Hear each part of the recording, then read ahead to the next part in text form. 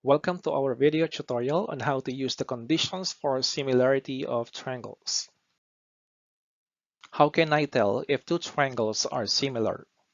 Siyempre, ang sasagot niyan ay yung mismong definition ng similar triangles na ang sabi, two triangles are similar if corresponding angles are congruent and corresponding sides are proportional. Kung iisiping mabuti, anim na conditions ang kailangan masatisfy bago masabi na yung given figures ay similar. Ano-ano yung mga yon? Eto na, corresponding angles are congruent. Dapat daw, yung tatlong pares ng corresponding angles, dapat maipakita mo na congruent sila. And another three ay ito, yung dapat na corresponding sides, dapat maipakita mo na proportional sila. Or in other words, dapat yung ratio ng mga corresponding sides ay equal sa isa't isa. So, anim na conditions yan. Ngayon, ang biggest question dito ay, kailangan ko bang maipakita yung anim na conditions na yan? Ang sagot ay, hindi. So, thanks to our mathematicians, to our scholars, dahil kabuo sila ng mga postulates and theorems na kung saan hindi mo na kailangan maipakita pa yung anim na yan. Okay? So, di ko na patatagalin pa. Let's get started. Ang una ay AAA similarity postulate or angle-angle-angle similarity postulate. Ang sabi niya, if the three angles of one triangle are congruent to three angles of another triangle, then the two triangles are similar. Sa madaling salita, kapag nakita mo, nalaman mo, o mas maganda kung naisulat mo, na yung tatlong angles ng isang triangle are congruent to three angles of another triangle, pwede mo nang sabihin na yung dalawang triangles na yun ay similar. Pero syempre, sa pagsulat ng mga congruent angles, kailangan meron kang basihan, meron kang reason for saying such thing. Halimbawa, itong dalawang triangles na to, pwede bang sabihin na yung angle A ay congruent kay angle E? Hindi, di ba? Ang tama dyan ay yung angle A congruent kay angle D. Ano yung reason natin dito? Ano yung basihan natin? Correct, because of their markings. Di ba? Kapag pareho yung mga markings nila, this tell us that they are congruent. Okay? Another pair, meron pa ba? Meron pa yung angle B, congruent kay angle E. And lastly, we have angle C, congruent kay angle F. And that's it. Pwede mo nang sabihin na itong dalawang triangles na to ay similar sa isa't isa without bothering yourself kung yung corresponding size ba nila ay proportional. Diba? Ganon siya kaganda. Now, sa paggawa ng similarity statement o yung pangalan ng dalawang triangles na similar sa conclusion part, hindi po pwede na kahit ano na lang. Halimbawa dito, yung conclusion mo rito ay magiging triangle ABC is similar to triangle DEF by AAA similarity postulate. Hindi po pwede na yung pangalan ng pangalawang triangle mo ay palitan mo. Gawin mong FED o kaya EDF. Bawal yon.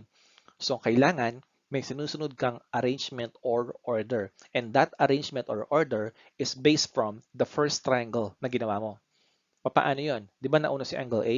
Dapat sa pangalawang triangle, mauuna yung partner ni angle A, which is angle D. Tapos, pansinin nyo, A, D, di ba partner yung mga yan? Tapos B and E, tapos C and F. Kaya madalas ginagawa sa exam ay binibigay na yung pangalan ng unang triangle. Halimbawa ito, sinabi niya triangle CAB. Hanapin mo daw yung pangalan ng pangalawang triangle na similar kay CAB. Madali lang yan. Ano ba yung partner ni angle C? Correct, angle F. Tapos, D, E. So, ang tamang sagot dito ay F, D, E. Okay, basta sundan nyo lang yung pairing, yung arrangement nila. Kanina, sa AAA similarity postulate, tatlong angles ang kailangan natin. Dito sa AA similarity theorem, dalawa lang. Sabi niya, if the two angles of one triangle are congruent to two angles of another triangle, then the two triangles are similar. Kaya ang ganda nito, dalawang angles lang kailangan mo. So una, napaka-obvious niyan, di ba alam niyo na to? Si angle A, congruent kay angle D, tapos si angle B, congruent kay angle E. So by this time, pwede ka nang gumawa ng conclusion mo. So here, triangle ABC is similar to triangle DEF by AA similarity theorem. Sir, bakit dalawa lang? Kasi 'di ba, kunwari si angle A ay kunwari lang si angle A ay let's say 40 degrees. So 40 degrees din 'yon. Si angle B 60 degrees. So 60 degrees din 'yon. So, kung angle A ay 40, angle B 60, 100 na yon. Yung natira ay 80. Sigurado 80 yon. Sa pangalawang triangle, sigurado 80 rin yon. Kaya automatic yon. Kaya siya tinawag na theorem. Okay? Mas madali ito. Dalawang angles lang kailangan. Next is the SSS similarity theorem or side-side-side similarity theorem na ang sabi, if all three pairs of corresponding sides of two triangles are proportional, then the two triangles are similar. Sides lang ang pakikialaman natin dito. Ngayon, example ay ito. Hindi tulad kanina sa AAA similarity postulate na kung saan yung mga angles ay marked. Ibig sabihin, mas madaling hanapin yung mga corresponding angles. Dito, hindi naka-marked yung mga sides. Instead, nakabigay ay yung mga actual measures nila. Gagawin nating strategy ay unahin natin yung pinakamahabang side ng first triangle, tapos i-divide natin yon sa pinakamahabang side ng pangalawang triangle. Pwede rin pinakamaiksi, it's up to you. No? Together, they will form a ratio. So yung AC, pinakamahaba dito, DF yung pangalawa. So gagawin natin, bubuo tayo ng ratio. Magiging AC over DF yon. Tapos equate natin siya sa kanilang corresponding measures. Si AC ay 10, si DF ay 15. Tapos simplify lang natin yan. Yan ay magiging 2 over 3.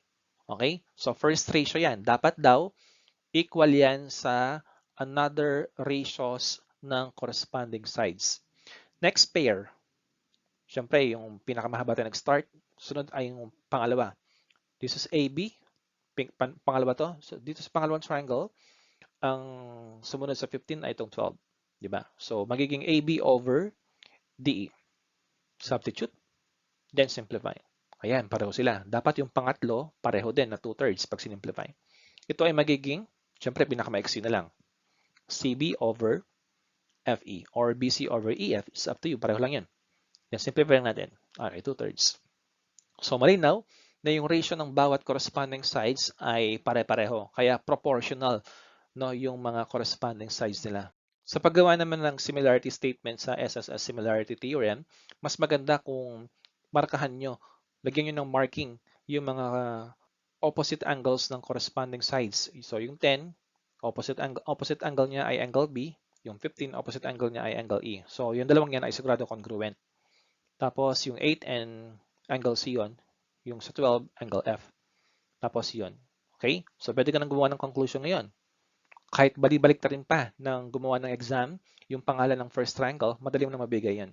Pero dito, dahil alphabetical na lang, mas madali, ABC is similar to triangle DEF by SSS similarity theorem. Okay? Yun ang technique natin. Ito na yung huli. SAS similarity theorem or side angle side similarity theorem. Take note na yung angle ay nakagitna, which tells us na dapat yan ay isang included angle. Naka-sandwich siya between two sides. So, sabi ng theorem na to, if two pairs of corresponding sides of two triangles are proportional and the included angles are congruent, then the two triangles are similar. Halimbawa ay ito. Diba? So, ang given ay isang side, tapos meron pang isa. So, pangalawang sides yan. Dalawang sides sila. And yung pangalawang triangle, dalawang sides din. At nag-cut on yung mga angles na given ay included. Nakagitna sila. So, pwedeng gamitin ng SAS. So, unahin natin yung mga sides, corresponding sides muna. Mag-start tayo sa mas maiksi. So, 12 and 16. Diba? Sila yung mas maiksi sa parehong triangles. So, we have AC over DF. Substitute. 12 over 16, simplify mo yan, magiging 3 over 4 yan. And pangalawa ay angle naman, yung included angle. Angle A is congruent to angle D. So, wala lang question doon kasi nga they are marked. Okay? And lastly, yung side naman, AB over DE yan. Simplify natin, yung 15 over 20 magiging 3 over 4. So, conclusion, pwede mo nang pangalanganan yung dalawang similar triangles. And as usual, ABC is similar to triangle DEF by SAS similarity theorem. And that ends my presentation. Goodbye and thank you.